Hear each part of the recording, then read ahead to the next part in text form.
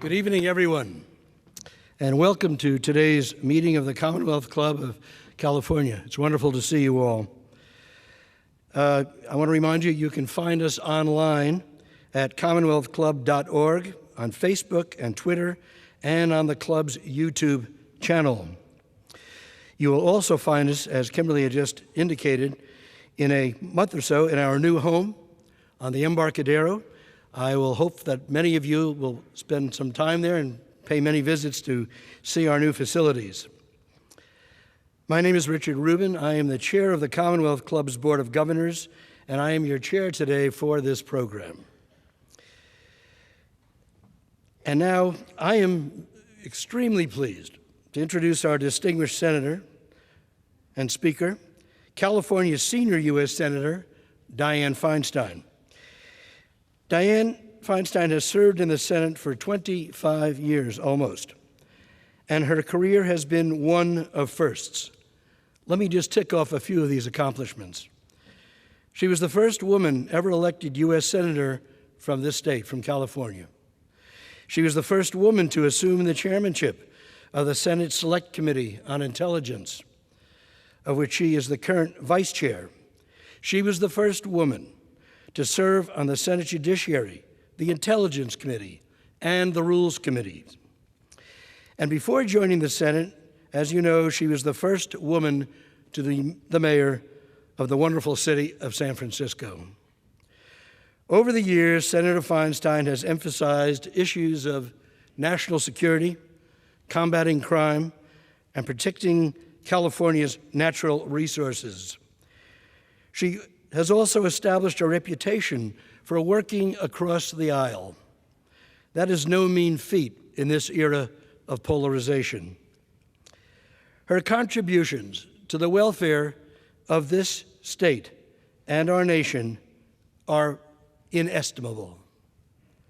Today, we are pleased that Senator Feinstein will be in conversation with the Honorable Ellen Tauscher. Ellen is the former 7-term U.S. congressional representative from California's 10th District across the Bay. She's the former Undersecretary for Arms Control and International Security under President Obama. And I am pleased to say she is a member of the Commonwealth Club's Board of Governors. In the interest of full disclosure, Ms. Tauscher has been involved in some of the senator's campaigns and knows her very well. For a discussion about the current state of America and the world, please give a great welcome to Senator Dianne Feinstein and the Honorable Ellen Tauscher.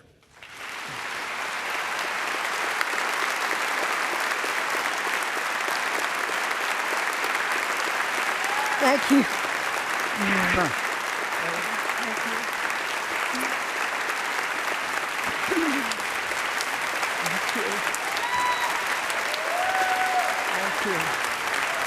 Thank you.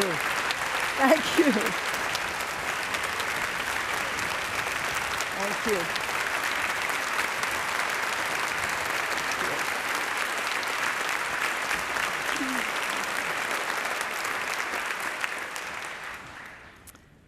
Welcome, Senator Feinstein. We've all seen the horrific images out of Texas, and our hearts go out to everyone affected. The Congress is going to be very busy when you go back in September. You're going to have a number of different things you have to pass, including the budget and a supplemental now. What do you see happening when you get back, and what are the priorities going to be? Thank you, Ellen, and thank you, everyone, for being here. Before I answer the question, I just want to say something about what's happening in Texas. We're earthquake territory, and we know what a big quake can do. We now know what the largest flood and most rain ever experienced in the United States can do. And I think what we've seen is really the resiliency of the American people and the willingness of people from all walks of life, every race, creed, color, to help. And let me say this, if that's the Texas spirit, Texas is really going to come out of this okay. I looked today and saw a family on television that had drowned. And as you look at this monumental destruction that's taken place, I think over 1,600 square miles, and you know the incredible resiliency of the Texans, I hope we might just take a minute for those who lost their life and a minute to say in silence, thank you to everyone that is helping.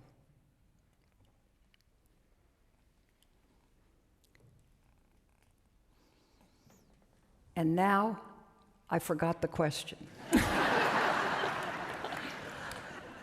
So there's a lot of business to do when you get back, with less than 30 legislative days to go in the year. And we know now. Yeah, I got all that part. So what are your priorities, and what do you think should happen first? Well, I think we've got a number of technical things. We've got the debt limit. And the debt limit, ladies and gentlemen, is pretty simple. You know, if you've gone out and charged on your account, you have to pay the bill. And the debt limit essentially adjusts the level of spending that the president is allowed under the Congress. And that, for some, will be something to negotiate. And the reason is that the debt limit is so simple that people ought to just raise the debt limit. And I think that's what's actually going to happen. There's talk of the president using it to get the wall. Right. I don't think that's going to happen. Good. I think Texas takes the place of the wall, and I think America would much rather contribute their tax monies to the rehabilitation of Texas. And all that 1,600 square miles than another wall on our border. So that's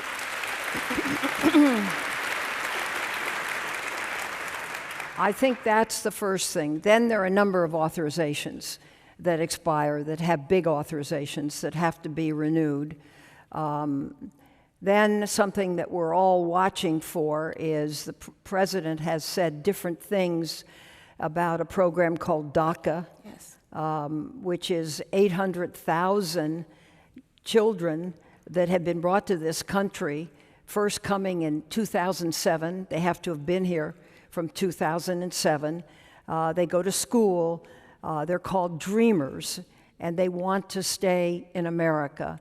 And under DACA, they get a work permit and a time, provided they are attending school, working, being good citizens. I very much believe in this program, and the hope is that the president will allow it to continue and support the passage of a law which will make it legal. We have about 800,000 Dreamers in this country, 300,000 of which it's estimated are in California alone. So I just met with a family of young girls. One had graduated from one of the California universities. The next one was there. And it's such an inspiration. And these young people so want to be Americans, and they want to work, and they want to improve this country. So I hope you'll all support us and write a letter to the president and say, leave these children alone. Let's pass a law that makes this program legal for always. DACA.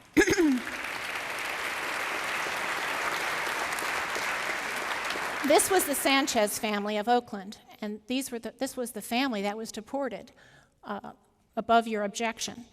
I know that you interceded on that, but this is a tragedy. This was a woman that was an oncology nurse, and her husband was a truck driver. And their children, their youngest son was born in the United States, but the other two are Dreamers. The president is threatening to take DACA away in the next few weeks. Do you think perhaps what's happening in Texas is going to change what his agenda and his threats have been over the last month or so? Yes, I think it will, because I think this rehabilitation is going to be long and painful. A lot of people are missing. We just saw a sergeant in the Houston Police Department 32 years of service who lost his life by drowning in a squad car at 4 in the morning trying to get to work. And this family today, they all drowned when the van went out of control. They were in and sunk, and they couldn't get out.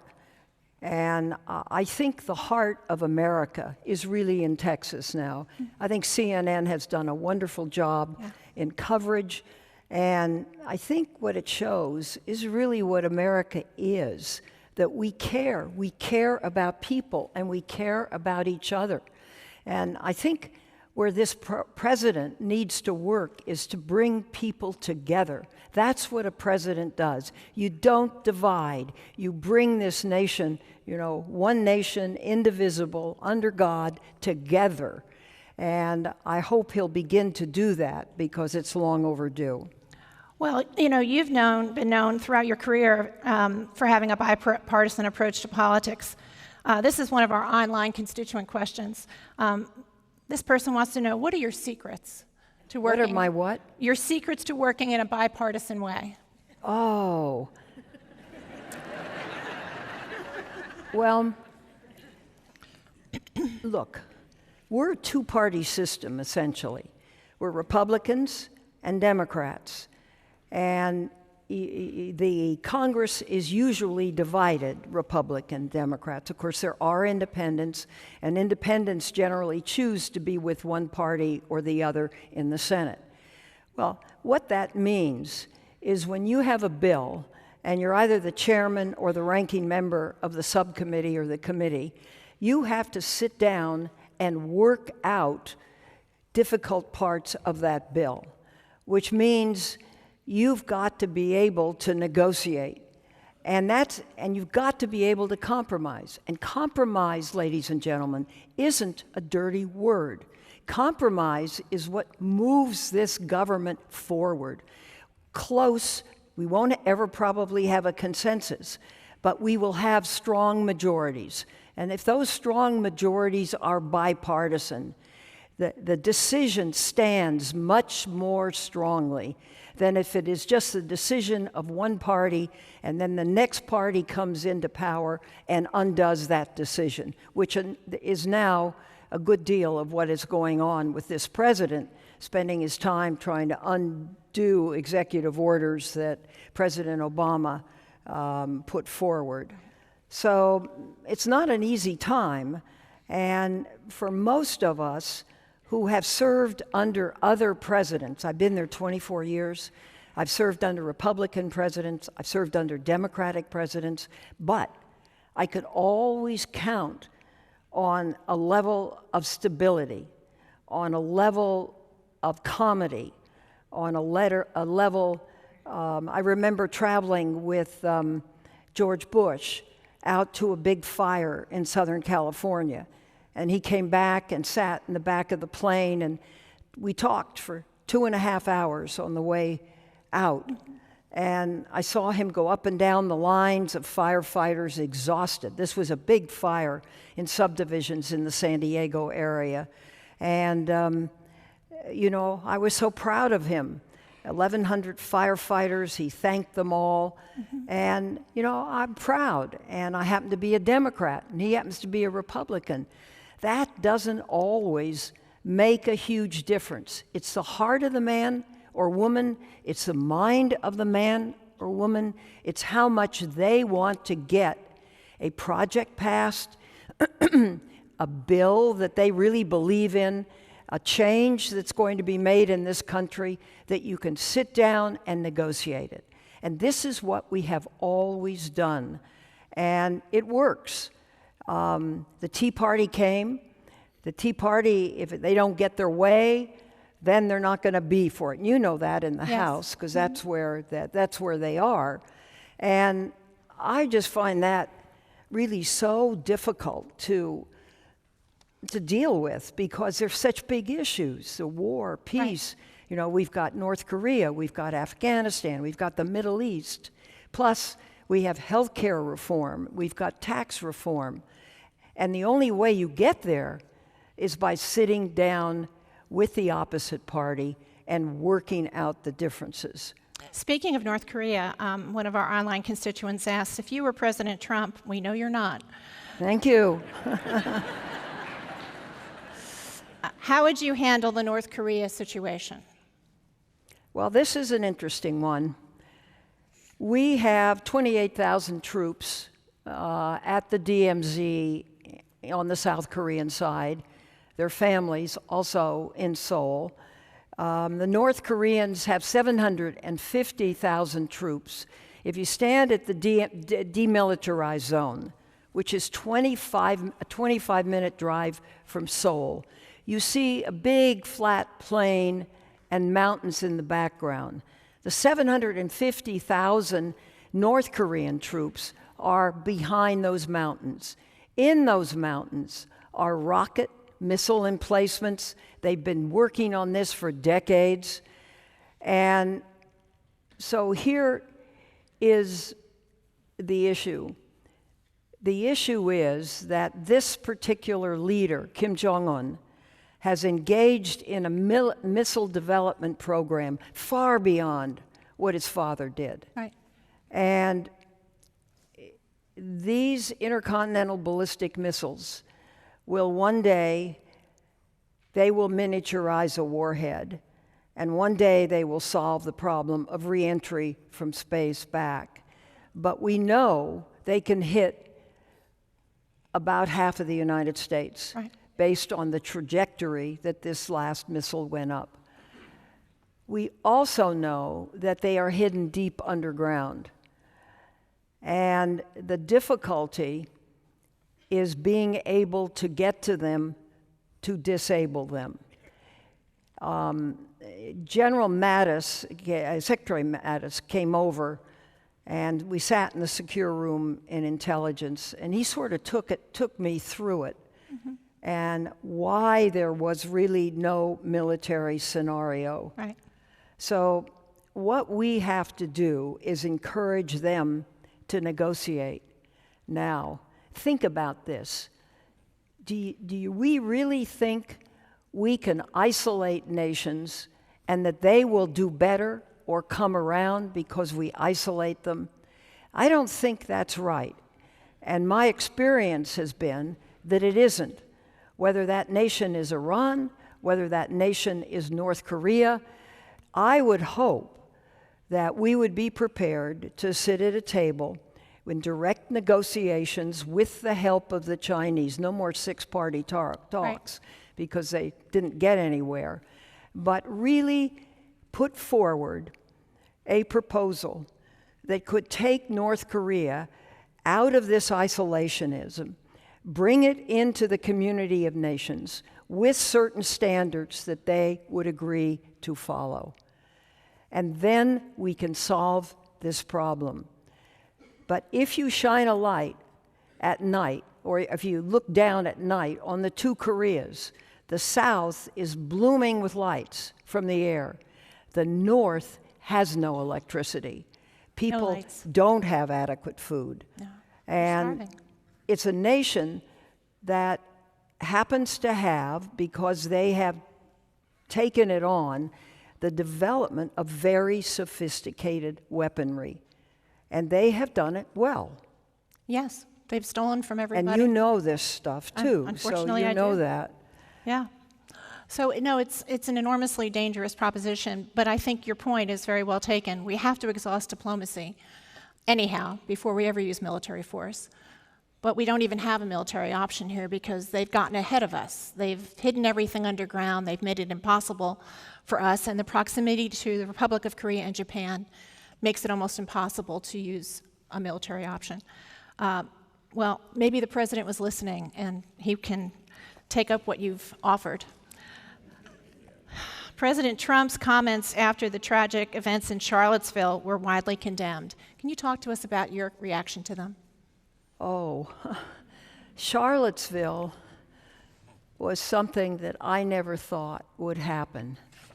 I never thought we would see those lighted torches, the black uniforms, walking through a very prominent university campus with an anti-Semitic screed on their lips. And then to see what happened the next day, and I think so terrible, and the hatred between the people was so devastating to many of us that really believed that we were beyond this racial discrimination, religious discrimination, hate, Ku Klux Klan, American Nazis, white supremacists. And fortunately, in the 9 years I was mayor and the 9 years I served in the Board of Supervisors here, this city is free of that.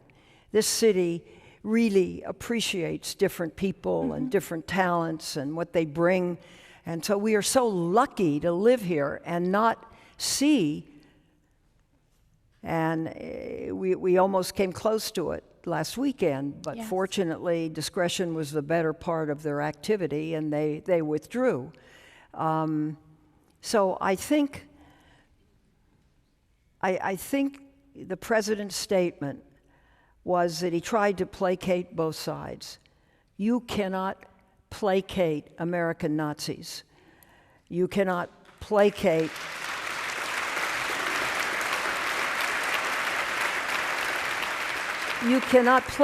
white supremacists. You cannot placate the KKK. And that was the mix. And to say, well, they're nice people on both sides, was a lightning rod to dissent. And that's what happened. Right. So we have, in the first 15 minutes, talked about just the last 2 weeks. We've talked about Hurricane Harvey. We've talked about Charlottesville. We've talked about North Korea. They've had 4 missile launchings in the last 4 days. I have to ask one more timely question about the president tweeting his pardon for former Sheriff Joe Arpaio. I just wanted to know your reaction to that. Well, I was mayor in the city when the first discussions on racial profiling took place. And for police departments, this was a huge issue, an internal issue, because they believe they look at people and they can make certain judgments based on how they look. I won't go into it because it's all bad, but sometimes they're right, more often they're wrong, and it's against the law. Arpaio, this sheriff, was just a terrible sheriff.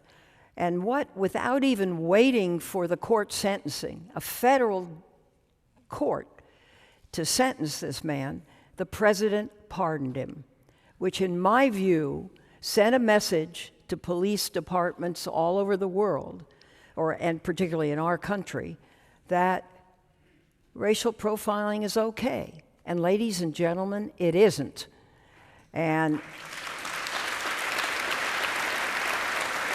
so that was my concern about what he did. I just thought it was a stupid thing to do then.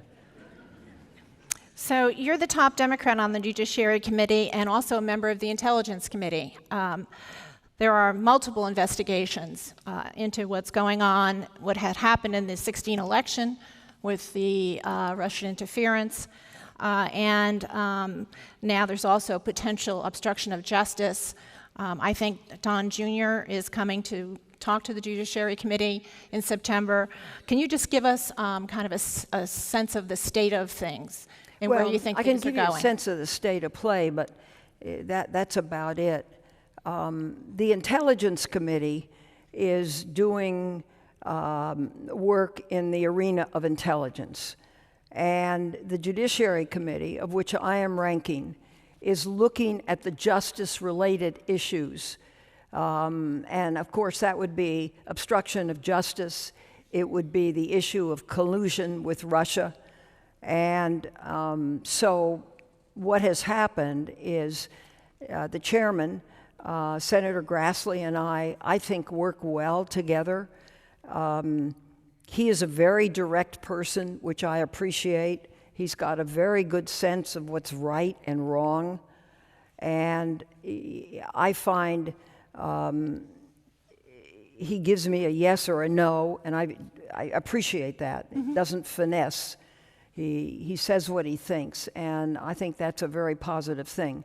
So we have worked out a system where thousands of documents have now been collected. We have a staff. On the Democratic side, we are in the process of hiring a couple of investigators, and the staff will be conducting interviews. They've done one of one person, and they will be interviewing both Donald Trump Jr. as well as Mr. Manafort, likely soon. And then we will have them before the full committee. And it's important because they say they want to cooperate. And that means we have to be able to elicit information from them. And in this kind of a situation, if you lie, you commit a kind of perjury. You don't have to take an oath, but if you lie in an official investigation, in an interview, or before our committee, you're in deep trouble. So the way that people are encouraged to give you that information is by knowing that they're protected in certain areas. That's right. And that's what we are trying to do right now with our staff to see if we can gain certain information.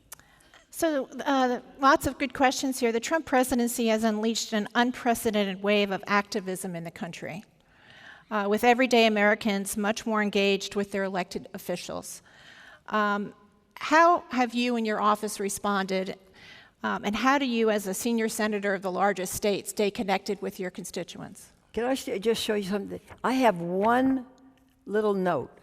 Oh, wait, this is the wrong one. Is that milk, eggs, butter? In this past year, we have gotten 3 or 4 million calls, letters into our office. It's double last year. So you're right. The activism that's out there is dramatic. And I think what people need to do is make that activism consequential. And I've been trying to figure out how to do it.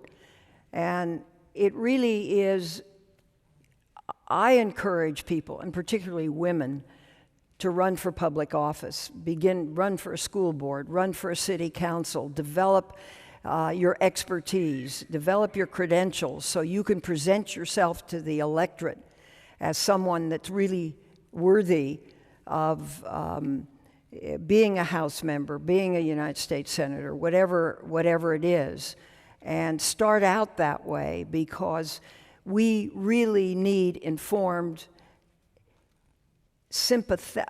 people that really care in government, not people who just see it politically, but really do want to solve the issues that are before us. Healthcare is an enormous kind of conundrum here, handled improperly, many of us think, by the opposition, by at least the party that's opposite to my party. And you can't do a big bill.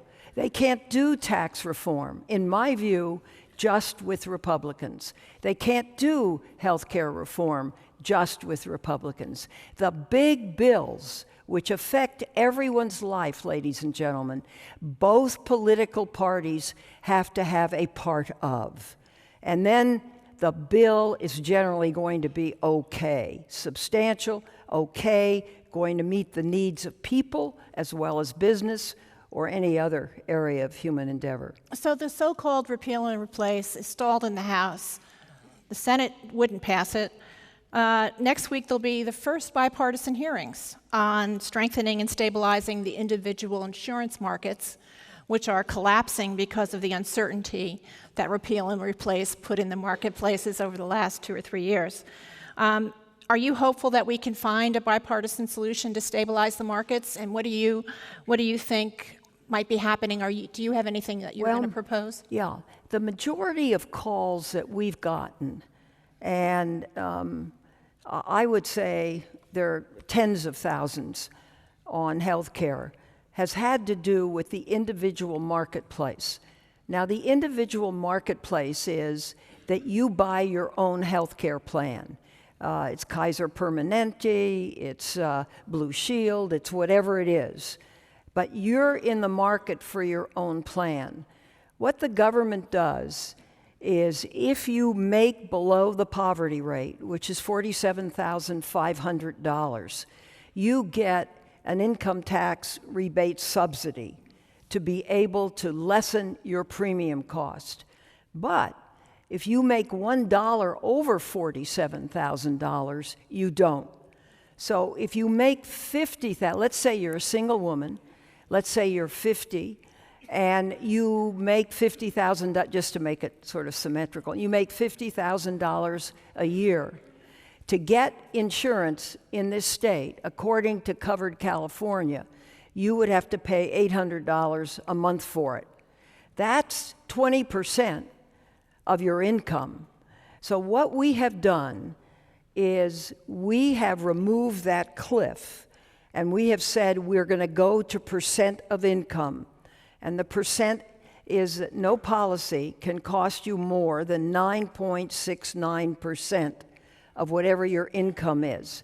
In that way, we stretch, we stretch out the cliff that you drop off of, and we extend it so that it goes like that. That's right. And merges, which the analysis is that it'll bring 1.2 million additional people into the market, and many of them will be healthier, which will result in lower rates too. And the subsidies that the president is threatening to get rid of, are there going to be a sense that the subsidies are once again going to be stabilized so people can count on them going into the future? Yes. Well, as a matter of fact, I met today with the CEO of Kaiser Permanente, and that was one of the points that he was making with respect to something that would get more insurance companies into the marketplace. In some places, you only have one insurance company, and in others, you don't have any that are willing. So the key is we've got to find ways to encourage the private sector, and then to keep premiums low. I'm one that would support a public option, and that would be competitive. So this is a real-life question from someone who has a real-life problem. As a student, access to reliable transit affects me in an immediate and direct way. How can we fix BART, which has a pay-by-distance system, so it doesn't disproportionately hurt people who can't afford to live downtown? Yeah, this is a real problem, and BART is jammed. BART is running at capacity, and BART isn't able to have the funds that are necessary to do what BART has to do. Let me just put it that way. And I think we need a second line, and I think that second line is going to have to get publicly financed through bonds. That's right. One way or another. And I think, you know, cities have a bonded indebtedness level, and we were always able to do anything under $10 million in terms of capital improvements we paid for out of the budget. But while I was mayor, and I don't know if it's still that way, anything above $10 million would go into a bond. And so well, interest I rates think are low. the public sector, wider, broader, the state has to get into this, and we've got to fund BART so that it can really be the system that can carry lots of people in and out of this city. And be affordable for people And like be students. affordable for people. That's exactly right. So this is also a direct question. Will you amend the 2018 NDAA, the National Defense Authorization Bill, to disallow sale and transfer of military equipment to local law enforcement, We To didn't local what? to local law enforcement. You know, these kind of MRAPs going to police departments. We don't need more weapons of war in our communities. You know, after the Afghan and Iraq war, there were a lot of these equipment that was coming back and sold as surplus to communities, and it is very militaristic. And I think that's what this person is asking I have about. that. Sure. Answer, I don't know. And let me take a look at it and see exactly what has gone.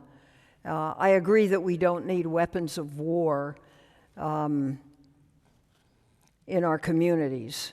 So let me take a look and see exactly, because I'd be surprised if sophisticated weaponry was included in this, but let me find out.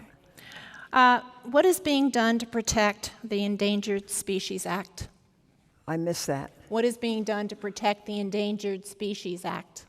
Not to open it on the floor. That's what protects it.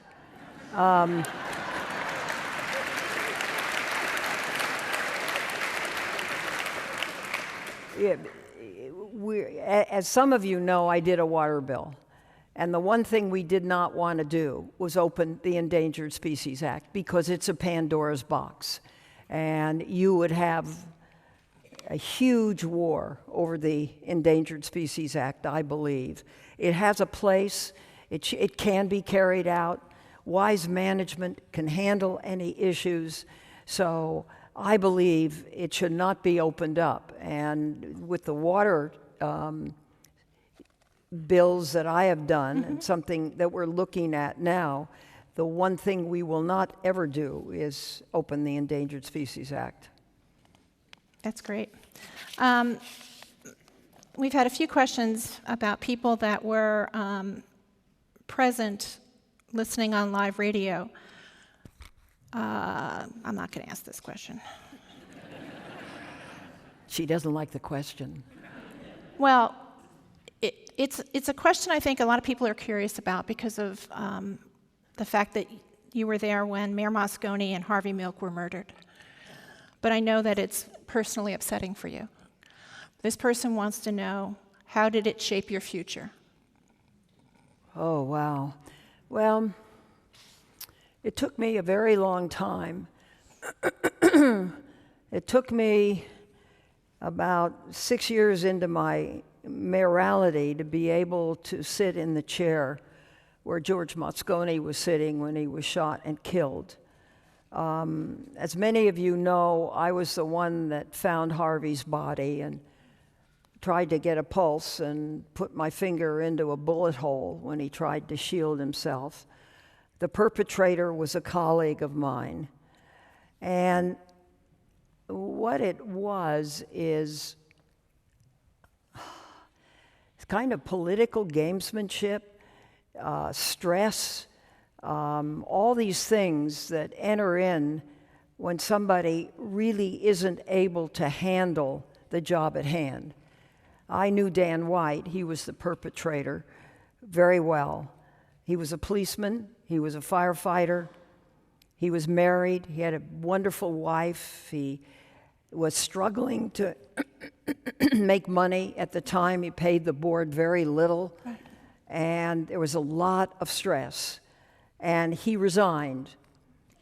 The body that supported him was the San Francisco Chamber of Commerce, police department, fire department, and they said, "Why did you do this? You know, you're our sixth vote. You can't do that." So he tried to get the job back, and Mayor Moscone was going to appoint somebody else, and did. And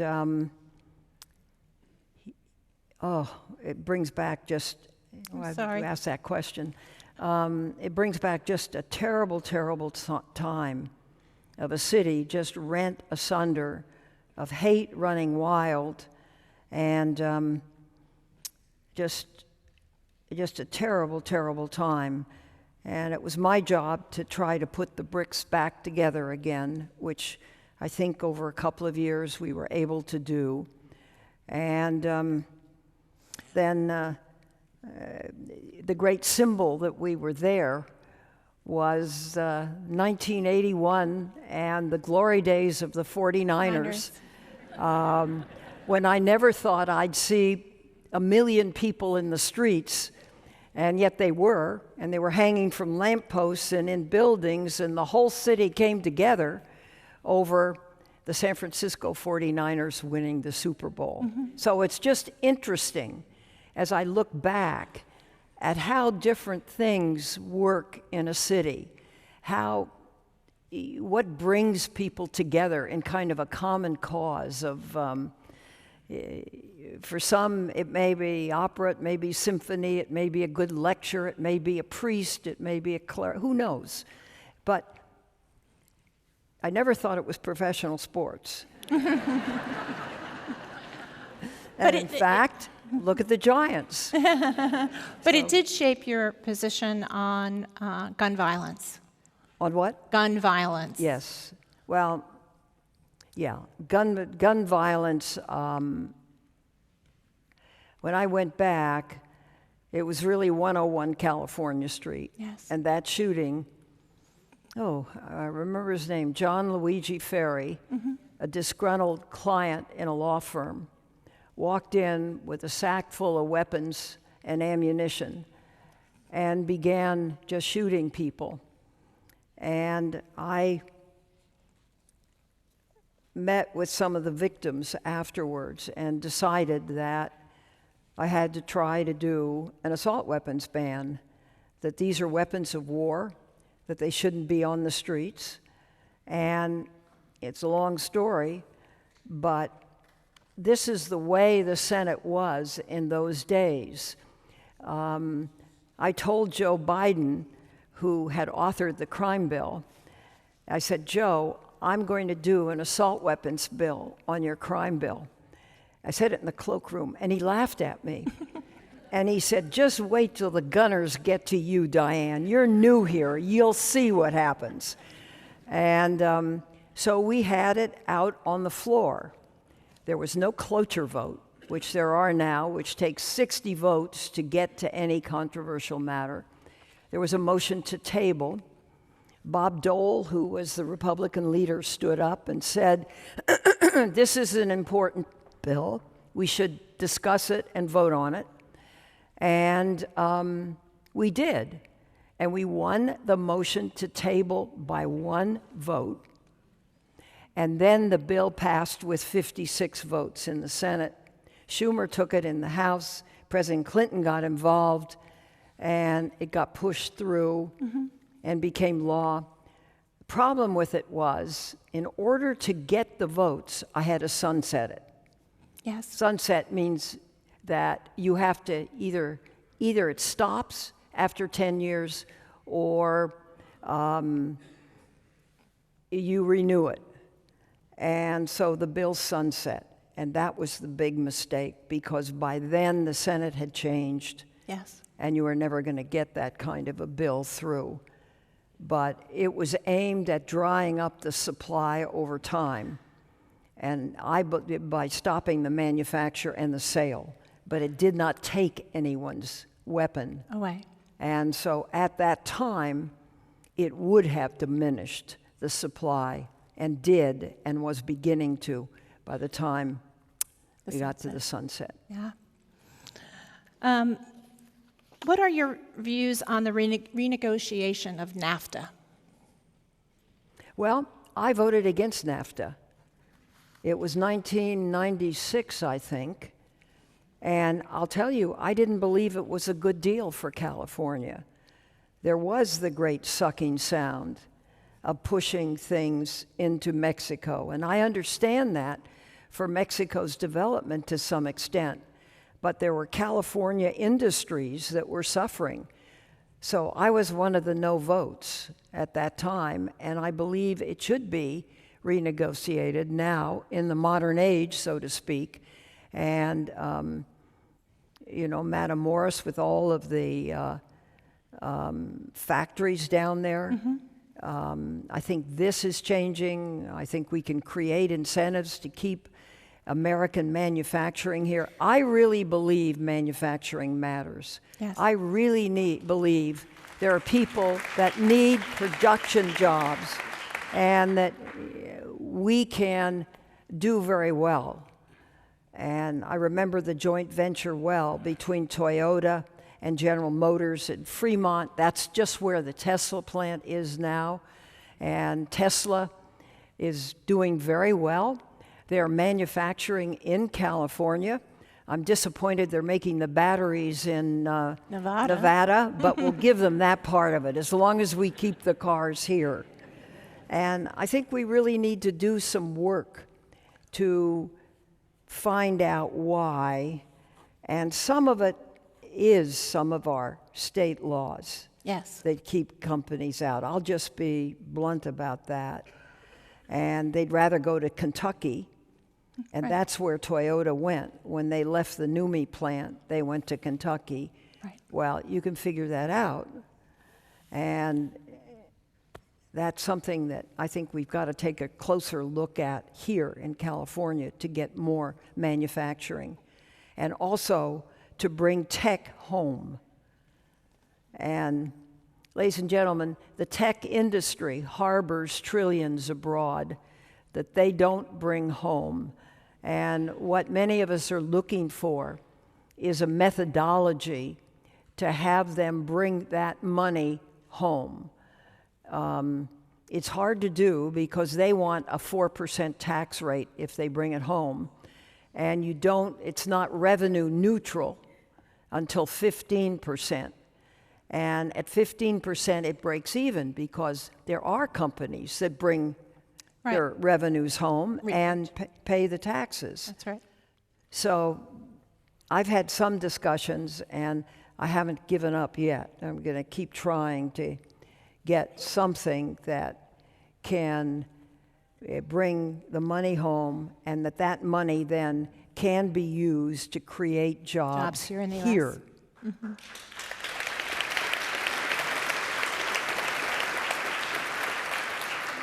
Speaking of taxes, an overhaul of the tax code is being considered by Congress. What do you think it should contain, and what should it avoid? Oh, boy.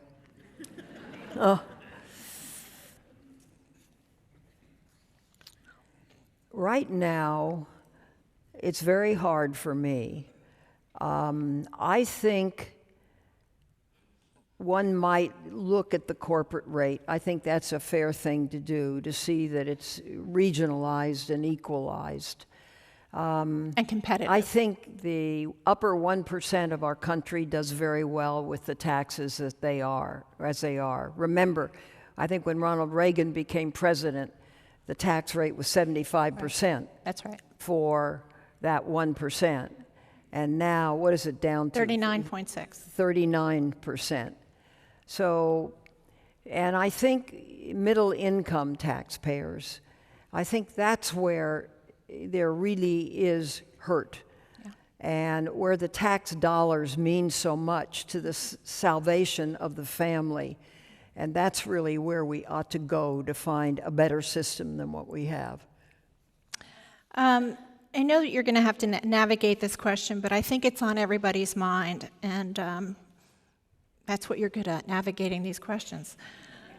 Given what we know about Russian interference and Trump's business pursuits in Russia, what are the key questions the Senate Intelligence Committee, the Judiciary Committee are pursuing? What do you think that we should be I can't pursuing? go into that. But I wish I could, but the things that we're looking at documents, which is a nice word for saying evidence. And so I've got to be very careful about it. And then there's you see, I told you what we're doing, you know what intelligence is doing.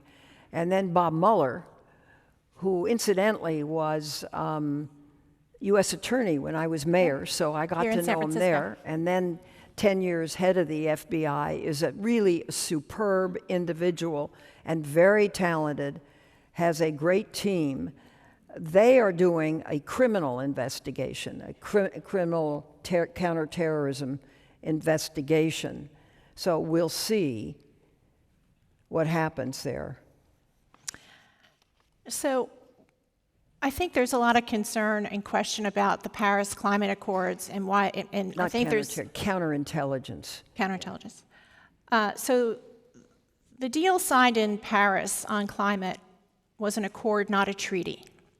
And I think there's a lot of misunderstanding as to how that actually is legitimatized and fits in. So the question is, why were the Paris Climate Accords not submitted to the Congress for approval? Under the Constitution, a treaty needs approval, 2/3 of the Senate. If a treaty is based merely on the word of head of government, how can it not be overturned by an incoming president? So, Well, they're right. It Exactly. can be, and that's what that's what President Trump is talking about, is withdrawing from the Paris Agreement. So it was an agreement. There was no law passed. A president has executive authority. A president can sign executive orders and do things like that agreement. The Iran agreement is this same kind of agreement. It's a presidential agreement that was okay with the Congress for the time being. And what's happened, and this is part of our problem today, ladies and gentlemen, is this out there. So it's very difficult. This president does not believe that the climate is warming. I strongly disagree. And all you need to do is take a look at a National Geographic magazine and see where they're predicting that a huge ice shelf breaks off, which is now rifting, and when it does, the seas rise 10 feet. So I think global warming is real.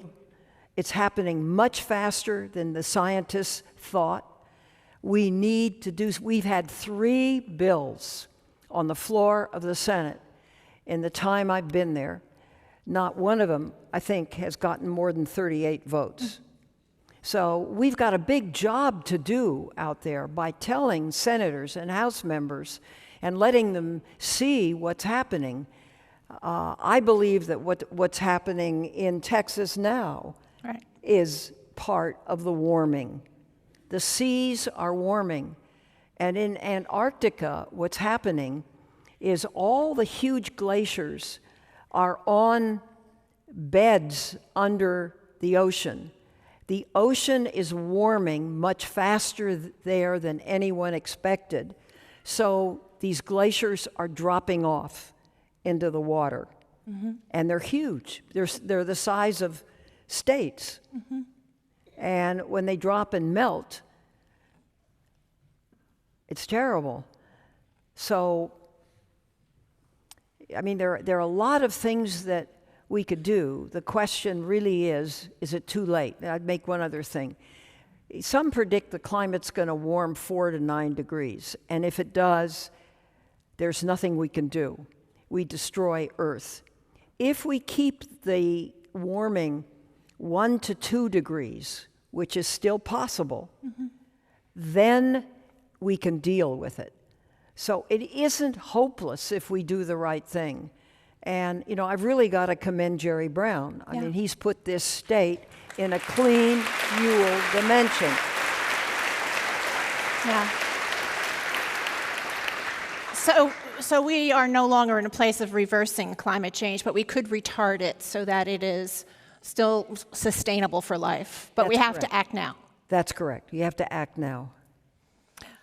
Here's a political question. At what point do you think the Republican leaders will definitively turn against President Trump? They're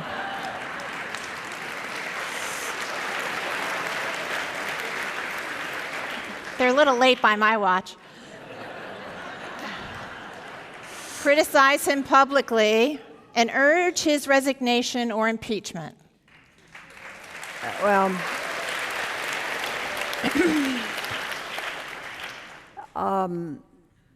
I'd really rather not comment. However, I think,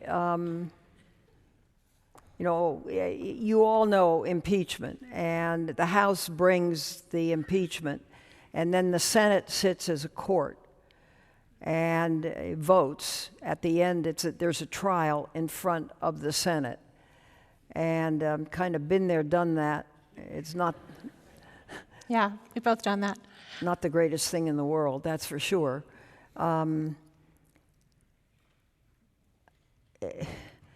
Look, this man is going to be president, most likely for the rest of this term. I just hope he has the ability to learn and to change. And if he does, he can be a good president. And that's my hope. I have my own personal feelings about it. Yeah, I understand how you feel. I understand how you feel. It seems to me that the Republican House members who are up in 18, all 435 House members are up in 18. It seems to me that they are the first ones that are going to realize that they're going to be in jeopardy under his presidency. And it seems to me that that is the first opportunity for people to start to break from him. And, right now, the president effectively has them as an alibi, as long as they stick with him. And as long as they're afraid of his base, and, I can say this because I'm not elected anymore, he's effectively the president of his base right now. But he is going to be in a position where he has influence over them because some of them are in states where, he won. But that, I think, is the tension point, is the 18 election. And now we have a number of Democratic senators up, and about a third of the Senate is up, but the whole House is up. So it seems that the commentators are saying that's when the president is going to find himself in a position of question with Republicans that are already elected in the House. That's going to be a tough time. Do you expect that Robert Mueller's investigation... Well, and the Speaker has taken a different road, particularly on the Arpaio pardon. That's right. And the Speaker has spoken out. When the Speaker is of your party and he speaks out critically, I think that's very important and significant.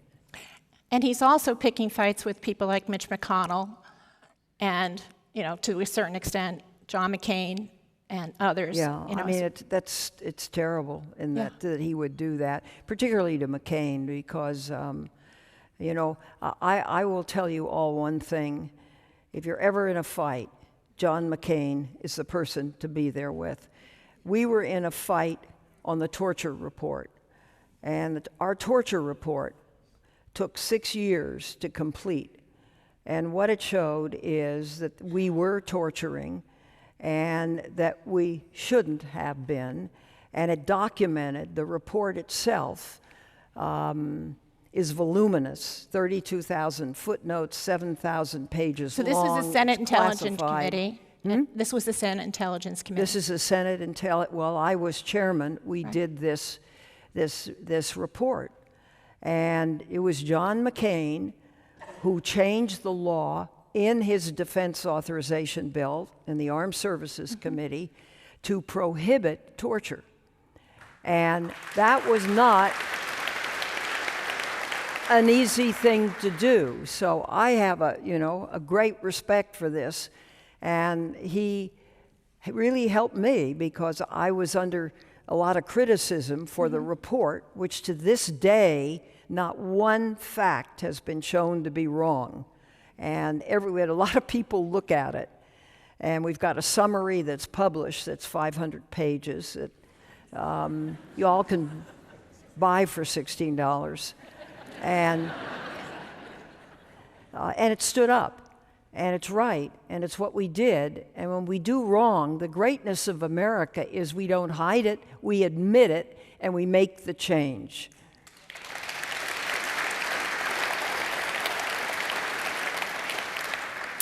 This is kind of a personal question, but what is your plan for the next 5 to 10 years?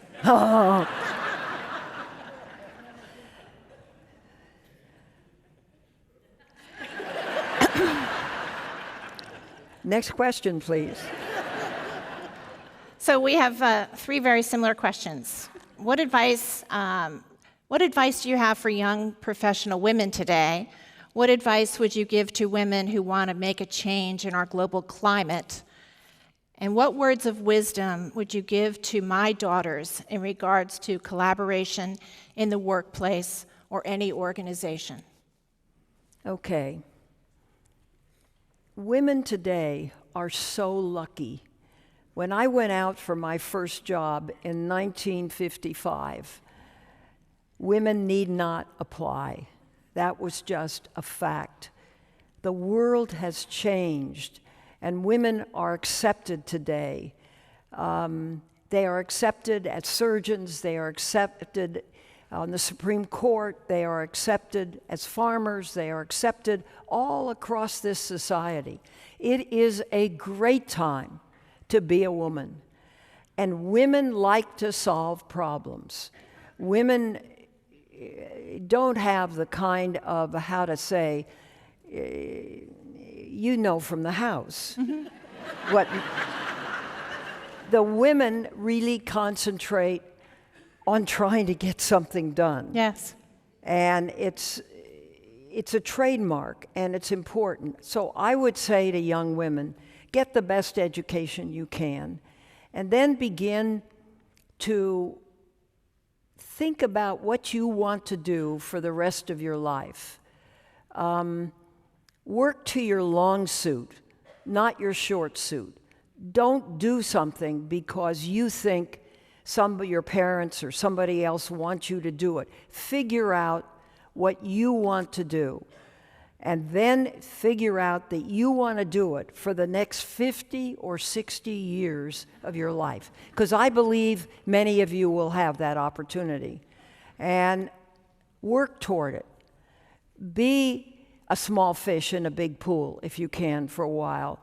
Swim around, see what it's like, learn from it. And then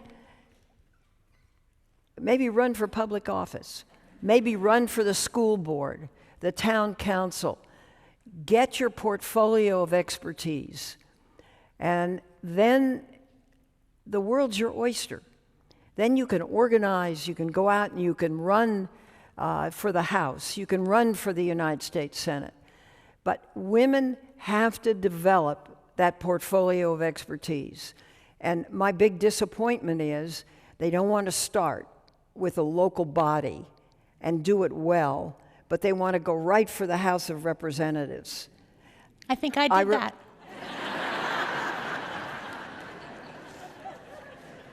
Yeah, but you don't.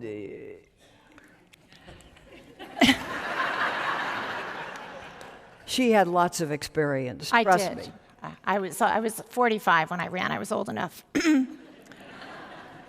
So we've come to the time, believe it or not, where we only have time for one last question. And it's a political question. And I think it's something that I hear a lot, at the Safeway, and I hear it at the gym. I don't go to the gym that much, but I hear it. And it's, why is Trump getting all the airtime? Why don't I hear the Democrats more? Yeah. Why don't we step up? Why aren't we more vocally in opposition to the Republican madness? This man is President of the United States. That's unlike any other job out there by far. Has enormous powers. And I think what's happened is that he has shown several holes in himself. And I think the press has picked this up and really sees what's been happening. Right. And following it very closely. I was listening to his comments in Texas, and generally the press wouldn't run comments at an emergency. They didn't in the big earthquake or the fire. The president came out, and that wasn't really run. But this is his first big American emergency. And I think I think we have to have some patience. I do. I mean, it's 8 months into the tenure of the presidency, and it's buffeted by being rent asunder. It really is. And we'll have to see if he can forget himself and his feeling about himself enough to be able to really have the kind of empathy and the kind of direction that this country needs. And if it doesn't happen, there are things that could happen that I don't think it'd be responsible for me to begin to speak about here, but I found his tone today to be off, to say the least. I mean, I think he's so egocentric to a certain extent that when he saw a crowd of people, he reacts to the size of the crowd, not to the fact that these are people that are dripping wet, that have been just escaped with their lives from, a flood ravaging their home. And they were appreciative to see him, I think, and so they applauded, but I think he misunderstood. But I think that, when you say there are things missing in him, I think it's things like heart and soul and things like that. Well, I didn't hear what you said. Heart and soul. He's missing his heart and soul.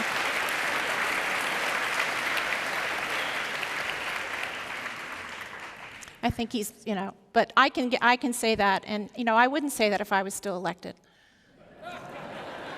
I wouldn't, because, I think what everyone has to remember is eventually in the House and the Senate, we could be judge and jury in an impeachment proceeding. And I don't think anyone wants someone who is currently elected getting ahead of what that might be like. So I appreciate that. Well, I have